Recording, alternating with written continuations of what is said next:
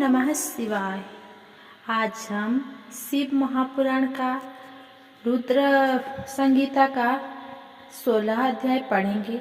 उससे पहले हम पिछले अध्याय में पढ़े थे शिव पूजन की विधि और उसकी फल की प्राप्ति, शिव जी का सभी देवताओं को उपदेश देना। और उसके बाद हम लोग पढ़े थे शिव पूजन की श्रेष्ठ विधि। उसके साथ हम लोग ये भी पढ़े थे पुष्प द्वारा शिव पूजा का महत्व और सृष्टि की रचना, सृष्टि का वर्णन। अब हम पढ़ेंगे इसका 16 अध्याय, जिसमें हम लोग पढ़ेंगे सृष्टि की उत्पत्ति। ब्रह्मा जी बोले, नारद, शब्द आदि पंचभूत द्वारा पंचकरण करके अनेक स्थूल आकाश, वायु, अग्नि, जल और पृथ्वी, पर्वत, समुद्र, वृक्ष और कला आदि से युगों और कालों की मैंने रचना की तथा और भी कई पदार्थों मैंने बनाए।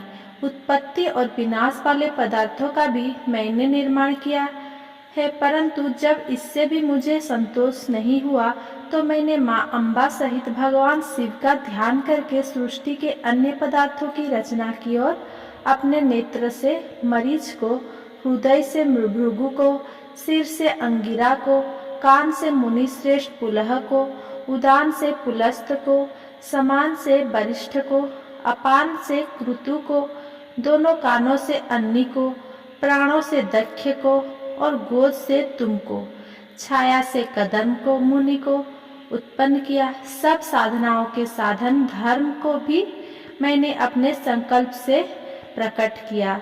मुनि श्रेष्ठ, इस तरह साधकों की रचना करके महादेव जी की कृपा से मैंने अपने को कृतार्थ माना।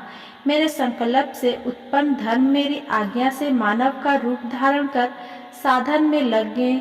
इसके उपरांत मैंने अपने शरीर के विभिन्न अंगों से देवता और असुरों के रूप में अनेक पुत्र की रचना करके उन्हें विभिन्न शरीर प्रदान किए। तत्पश्चात भगवान शिव की प्रेरणा से मैं अपने शरीर को 2 भागों में विभक्त कर दी। 2 रूपों वाला हो गया। मैं आधे शरीर से पुरुष और आधे शरीर से नारी हो गया। पुरुष स्वयंभू मनु नाम से प्रसिद्ध हुए एवं उच्च कोटि के साधक कहलाए। नारी रूप से शतरूपा नाम वाली योगिनी एवं परम तपस्विनी स्त्री उत्पन्न हुई। मनु ने वैवाहिक विधि से अत्यंत सुंदरी शतरूपा का पाणी ग्रहण किया और मैथुन द्वारा सृष्टि को उत्पन्न करने लगे। उन्होंने शतरूपा से प्रियव्रत और उत्पातपाद नामक 2 पुत्र तथा आकृति, देवहूति और प्रसूति नामक 3 पुत्रियां प्राप्त की। आकृति का रुचि मुनि से, देवहूति का कर्दम मुनि से तथा प्रसूति का दक्ष प्रजापति के साथ विवाह कर दिया गया। इसकी संतानों से पूरा जगत चराचर हो गया। रुचि और आकृति के वैवाहिक संबंध में यज्ञ और दक्षिणा नामक स्त्री पुरुष का जोड़ा उत्पन्न हुआ। यज्ञ की दक्षिणा से 12 पुत्र हुए। मुने, कंदर्प और देवहूति के संबंध से बहुत सी पुत्रियां पैदा हुई। दक्ष और प्रसूति से 24 कन्याएं हुई। दक्ष ने 13 कन्याओं का विवाह धर्म से कर दिया। ये 13 कन्याएं श्रद्धा, लक्ष्मी, धृति, तुष्टि, पुष्टि, मेधा, क्रिया, बुद्धि, लज्जा, वसु, शांति, सिद्धि और कीर्ति है। अन्य 11 कन्याएं ख्याति, सती, संभूति, स्मृति, प्रीति, क्षमा, सनंती, अनसुया, ऊर्जा, स्वाहा और स्वधा का विवाह भृगु, शिव, मरीचि, अंगिरा, पुलस्त्य, पुलह, क्रतु, अत्रि, वरिष्ठ, अग्नि और पितर नामक मुनियों से संपन्न हुआ। इनकी संतानों से पूरा त्रिलोक भर गया। अंबिकापति महादेव जी की आज्ञा से बहुत से प्राणी श्रेष्ठ मुनियों के रूप में उत्पन्न हुए। कल्पभेद से दक्ष की 60 कन्याएं हुई। उनमें से 10 कन्याएं का विवाह धर्म से, 27 का चंद्रमा से, 13 कन्याओं का विवाह कश्यप ऋषि से संपन्न हुआ। नारद उन्होंने 4 कन्याएं अरिष्टनेमि को ब्याह दी। भृगु, अंगिरा और कृशास्य से 2-2 कन्याओं का विवाह कर दिया। कश्यप ऋषि की संतानों से संपूर्ण त्रिलोक आलोकित है। देवता, ऋषि, दैत्य, वृक्ष, पक्षी, पर्वत तथा लताएं आदि कश्यप पत्नियां से पैदा हुए हैं। इस तरह भगवान शंकर की आज्ञा से ब्रह्मा जी ने पूरी सृष्टि की रचना की। सर्वव्यापी शिव जी द्वारा तपस्या के लिए प्रकट देवी, जिन्हें रुद्रदेव ने त्रिशूल के अग्रभाग पर रखकर उनकी रक्षा की, वे सती देवी ही दक्ष से प्रकट हुई थी। उन्होंने भक्तों का उद्धार करने के लिए अनेक लीलाएं की। इस प्रकार देवी शिवा ही सती के रूप में भगवान शंकर की अर्धांगिनी बनी, परंतु अपने पिता के यज्ञ में अपने पति का अपमान देखकर उन्होंने अपने शरीर को यज्ञ की अग्नि में भस्म कर दिया। देवताओं की प्रार्थना पर ही वे मां सती पार्वती के रूप में प्रकट हुई और कठिन तपस्या करके उन्होंने पुनः भगवान भोलेनाथ को प्राप्त कर लिया। वे इस संसार में कालिका, चंडिका, भद्रा, चामुंडा, विजया, जया, जयंती, भद्रकाली, दुर्गा, भगवती, कामाख्या, कामदा, अम्बा, मुरानी और सर्वमंगला आदि अनेक नामों से पूजी जाती है। देवी के ये नाम भोग और मोक्ष को देने वाले हैं। मुनि नारद, इस प्रकार मैंने तुम्हें सृष्टि की उत्पत्ति की कथा सुनाई है। पूरा ब्रह्मांड भगवान शिव की आज्ञा से मेरे द्वारा रचा गया है। ब्रह्मा, विष्णु और रुद्र आदि तीनों देवता उन्हीं महादेव के अंश है। भगवान शिव निर्गुण और सगुण है। वे शिवलोक में शिवा के साथ निवास करते हैं। 17वां अध्याय, पापी गुणनिधि की कथा। सूत जी कहते हैं, हे ऋषियों, तत्पश्चात नारद जी ने विनय पूर्वक प्रणाम किया और उनसे पूछा, भगवान शंकर कैलाश पर कब गए और महात्मा कुबेर से उनकी मित्रता कहाँ और कैसे हुई? प्रभु शिव जी कैलाश पर क्या करते हैं? कृपा कर मुझे बतलाएं। इसे सुनने के लिए मैं बहुत उत्सुक हूँ। ब्रह्मा जी बोले, हे नारद, मैं तुम्हें चंद्रमौली भगवान शिव के विषय में बताता हूँ। कापिल्य नगर में यज्ञ दत्त दीक्षित नामक एक ब्राह्मण रहते थे, जो अत्यंत प्रसिद्ध थे। वह यज्ञ विद्या में बड़े पारंगत थे। उनका गुणनिधि नामक एक 8 वर्षीय पुत्र था। उसका यज्ञोपवीत हो चुका था और वो भी बहुत सी विद्याएं जानता था, परंतु वो दुराचारी और जुआरी हो गया। वो हर वक्त खेलता कूदता रहता था तथा गाने बजाने वालों का साथी हो गया था। माता के बहुत कहने पर भी वो पिता के समीप नहीं जाता था और उनकी किसी आज्ञा को नहीं मानता था। उसके पिता घर के कार्य तथा दीक्षा आदि देने में लगे रहते थे।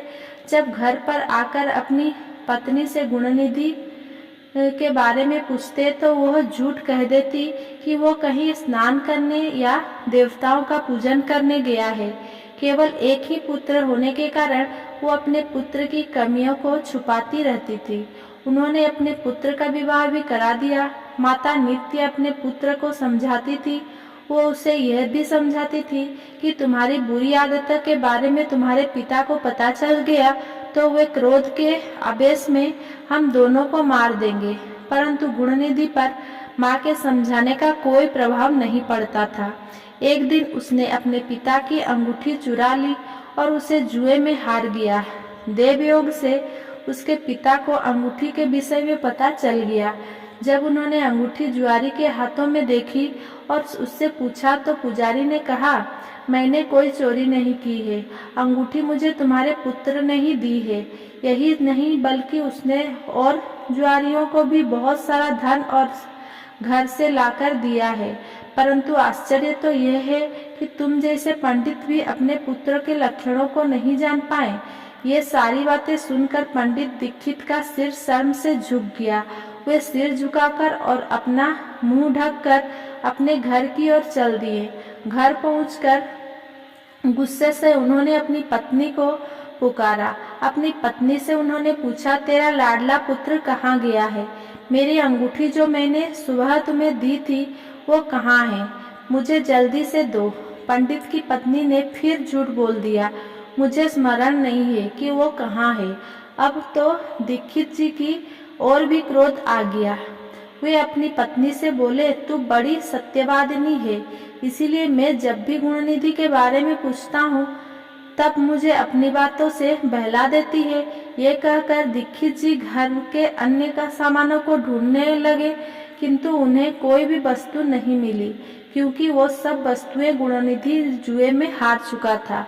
क्रोध में आकर पंडित ने अपनी पत्नी और पुत्र को घर से निकाल दिया और दूसरा विवाह कर लिया। 18वां अध्याय, गुणनिधि को मोक्ष की प्राप्ति। ब्रह्मा जी बोले, हे नारद, जब यह समाचार गुणनिधि को मिला तो उसे अपने भविष्य की चिंता हुई। वो कई दिनों तक भूखा प्यासा भटकता रहा। एक दिन भूख प्यास से व्याकुल वो एक शिव मंदिर के पास बैठ गया। एक शिव भक्त अपने परिवार सहित शिव पूजन के लिए विविध सामग्री लेकर वहां आया था। उसने परिवार सहित भगवान शिव का विधि विधान से पूजन किया और नाना प्रकार के पकवान शिवलिंग पर चढ़ाए। पूजन के बाद वे लोग वहां से चले गए तो गुणनिधि ने भूख से मजबूर होकर उस भोग को चोरी करने का विचार किया और मंदिर में चला गया। उस समय अंधेरा हो चुका था, इसीलिए उसने अपने वस्त्र को जलाकर उजाला किया। ये मानो उसने भगवान शिव के सम्मुख दीप जलाकर दीपदान किया था। जैसे ही वो सब भोग उठाकर भागने लगा, उसके पैरों की धमक से लोगों को पता चल गया कि उसने मंदिर में चोरी की है। सभी उसे पकड़ने के लिए दौड़े और उसका पीछा करने लगे। नगर के लोगों ने उसे खूब मारा। उनकी मार को उसका भूखा शरीर सहन नहीं कर सका। उसके प्राण पखेरु उड़ गए। उसके कुकर्म के कारण यमदूत उसको बांध कर ले जा रहे थे। तभी भगवान शिव के पार्षद वहां आ गए और गुणनिधि को यमदूतों के बंधनों से मुक्त करा दिया। यमदूतों ने शिव गणों को नमस्कार किया और बताया कि ये बड़ा पापी और धर्म कर्म से हीन है। ये अपने पिता का भी शत्रु है। इसने शिव जी के भोग की भी चोरी की है। इसने बहुत पाप किए हैं, इसीलिए यह यमलोक का अधिकारी है। इसे हमारे साथ जाने दे ताकि विभिन्न नरकों को यह भोग सके। तब शिव गणों ने उत्तर दिया कि निश्चय ही गुणनिधि ने बहुत से पाप कर्म किए हैं, परंतु इसने कुछ पुण्य कर्म भी किए हैं, जो संख्या में कम होने पर भी पाप कर्म को नष्ट करने वाले हैं। इसने रात्रि में अपने वस्त्र को फाड़कर शिवलिंग के समक्ष दीपक में बत्ती डालकर उसे जलाया और दीपदान किया। इसने अपने पिता के श्रीमुख से एवं मंदिर के बाहर बैठकर शिव गुणों को सुना है और ऐसे ही और भी एक धर्म कर्म इसने किए हैं। इतने दिनों तक भूखा रहकर इसने व्रत किया और शिव दर्शन तथा शिव पूजन भी अनेकों बार किया है। इसीलिए ये हमारे साथ शिवलोक को जाएगा, वहाँ कुछ दिनों तक निवास करेगा। जब इसके संपूर्ण पापों का नाश हो जाएगा तो भगवान शिव की कृपा से ये कलिंग देश का राजा बनेगा। अतः यमदूत तुम अपने लोक को लौट जाओ। यह सुनकर यमदूत यमलोक को चल गए। उन्होंने यमराज को इस विषय में सूचना दे दी और यमराज ने इसका प्रसन्नता पूर्वक स्वीकार कर लिया। तत्पश्चात गुणनिधि नामक ब्राह्मण को लेकर शिवगण शिवलोक को चल दिए। कैलाश पर भगवान शिव और देवी उमा विराजमान थे।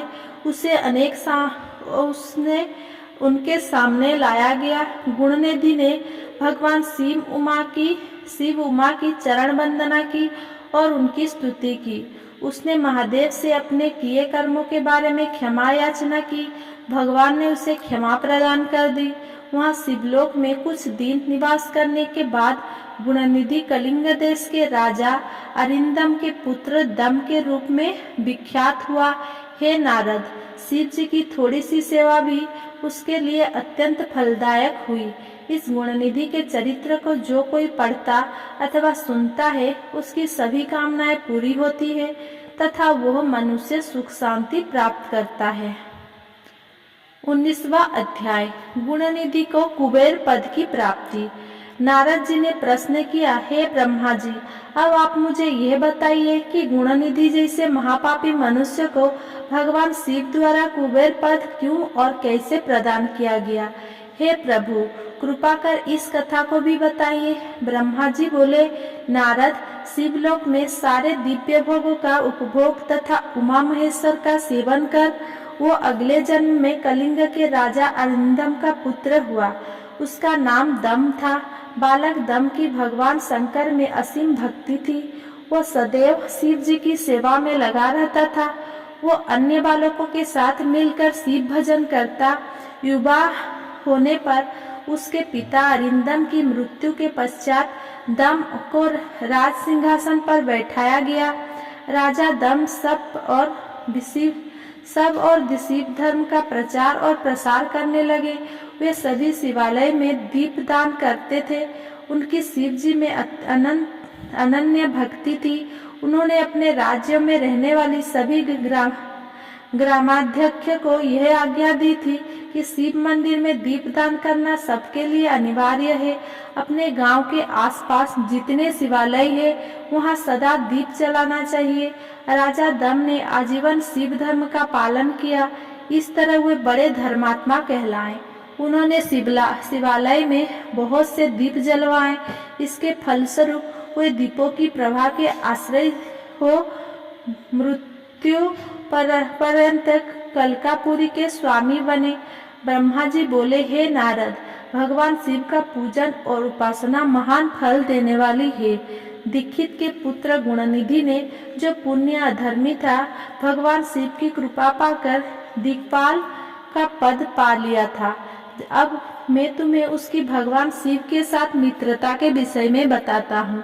नारद, बहुत पहले की बात है। मेरे मानस पुत्र पुलस्त्य से विश्रवा का जन्म हुआ और विश्रवा के पुत्र कुबेर हुए। उन्होंने पूर्व काल में बहुत कठोर तप किया। उन्होंने विश्वकर्मा द्वारा रचित अलकापुरी का उपभोग किया। मेघवाहन कल्प के आरंभ होने पर वे कुबेर के रूप में घोर तप करने लगे। वे भगवान शिव द्वारा प्रकाशित काशीपुरी में गए और अपने मन के रत्नमयी दीप से 11 रुद्रों को उद्बोधित कर वे तन्मयता से शिव जी के ध्यान में मग्न होकर निश्चय भाव से उनकी उपासना करने लगे। वहां उन्होंने शिवलिंग की प्रतिष्ठा की। उत्तम पुष्प द्वारा शिवलिंग का पूजन किया। कुबेर पूरे मन से तप में लगे थे। उनके पूरे शरीर में केवल हड्डियां का ढांचा और चमड़ी ही बची थी। इस प्रकार उन्होंने 10,000 वर्ष तक तपस्या की। तत्पश्चात भगवान शिव अपनी दिव्य शक्ति उमा के भव्य रूप के साथ कुबेर के पास गए। अलकापति कुबेर मन को एकाग्र कर शिवलिंग के सामने तपस्या में लीन थे। भगवान शिव ने कहा, अलकापते, मैं तुम्हारे भक्ति और तपस्या से प्रसन्न हूँ। तुम मुझसे अपनी इच्छानुसार वर मांग सकते हो। ये सुनकर जैसे ही कुबेर ने आंखें खोली तो उन्हें अपने सामने भगवान नीलकंठ खड़े दिखाई दिए। उनका तेज सूर्य के समान था। उनके मस्तक पर चंद्रमा अपनी चांदनी बिखेर रहा था। उनके तेज से कुबेर की आंखें चौंधिया गई। तत्काल उन्होंने अपनी आंखें बंद कर ली। वे भगवान शिव से बोले, भगवान, मेरे नेत्रों का वह शक्ति दीजिए जिससे मैं आपके चरणारविंद का दर्शन कर सकूं। कुबेर की बात सुनकर भगवान शिव ने अपनी हथेली से कुबेर को स्पर्श कर देखने की शक्ति प्रदान की। दिव्य दृष्टि प्राप्त होने पर वे आंखें फाड़ फाड़ कर देवी उमा की ओर देखने लगी। वे सोचने लगी कि भगवान शिव के साथ वह सर्वांग सुंदरी कौन है। इसने ऐसा कौन सा तप किया है जो इसे भगवान शिव की कृपा से उनका सामीप्य रूप और सौभाग्य प्राप्त हुआ है। वे देवी उमा को निरंतर देखते जा रहे थे। देवी को घूरने के कारण उनकी बाईं आंखें फूट गई। शिव जी ने उमा से कहा, उमे, ये तुम्हारा पुत्र है। ये तुम्हें क्रूर दृष्टि से नहीं देख रहा है। ये तुम्हारे तप बल को जानने की कोशिश कर रहा है। फिर भगवान शिव ने कुबेर से कहा कि मैं तुम्हारे तपस्या से बहुत प्रसन्न हूँ। मैं तुम्हें वर देता हूँ कि तुम समस्त निधियाँ और गृह मेरी अलकापुरी के पास ही मैं निवास करूँगा। कुबेर, अब तुम अपनी माता उमा के चरणों में प्रणाम करो, ये तुम्हारी माता है। ब्रह्मा जी कहते हैं, नारद, इस प्रकार भगवान शिव ने देवी उमा से कहा, हे देवी, ये आपके पुत्र के समान है, इस पर अपनी कृपा करो। ये सुनकर उमा देवी बोली, बच्चे, तुम्हारी भगवान शिव में सदैव निर्मल भक्ति बनी रहे। बाईं आंखें फूट जाने पर तुम एक ही पिंगल नेत्र से युक्त रहो।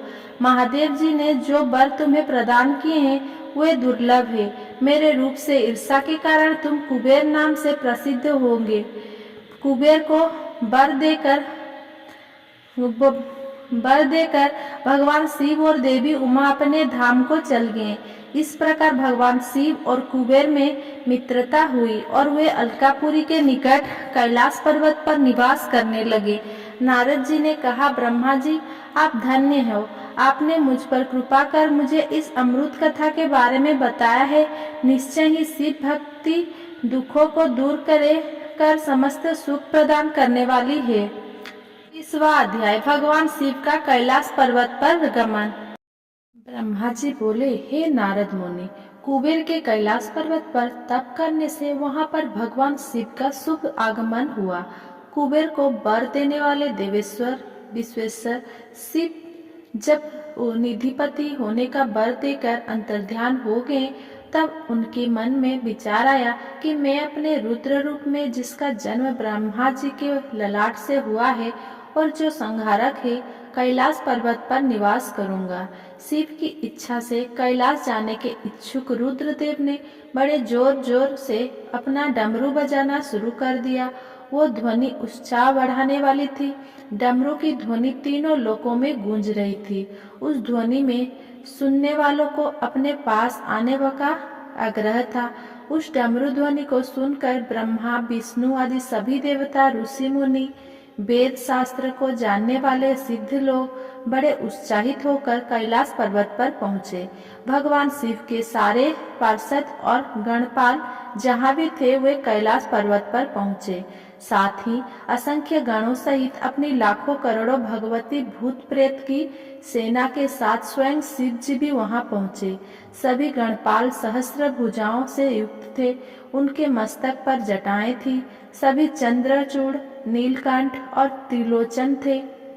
हार, कुंडल, केयूर तथा मुकुट से वे अलंकृत थे। भगवान शिव ने विश्वकर्मा को कैलाश पर्वत पर निवास बनाने की आज्ञा दी।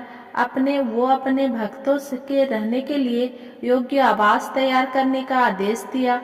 विश्वकर्मा ने आज्ञा पाते ही उनको अनेकों प्रकार के सुंदर निवास स्थान वहां बना दिए।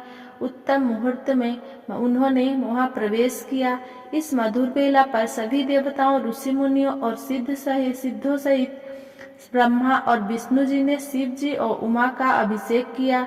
विभिन्न प्रकार से उनके पूजा अर्चना और स्तुति की। प्रभु की आरती उतारी।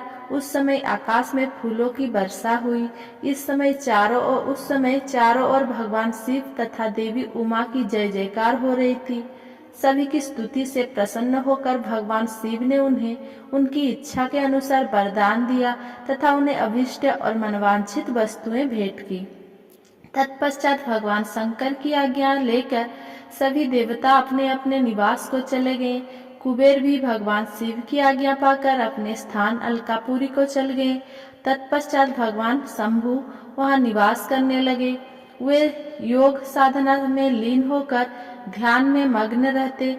कुछ समय तक वहां अकेले निवास करने के बाद उन्होंने दक्ष कन्या देवी सती को पत्नी रूप में प्राप्त कर लिया। देवर्षि अब रुद्र भगवान देवी सती के साथ वहां सुखपूर्वक विहार करने लगे।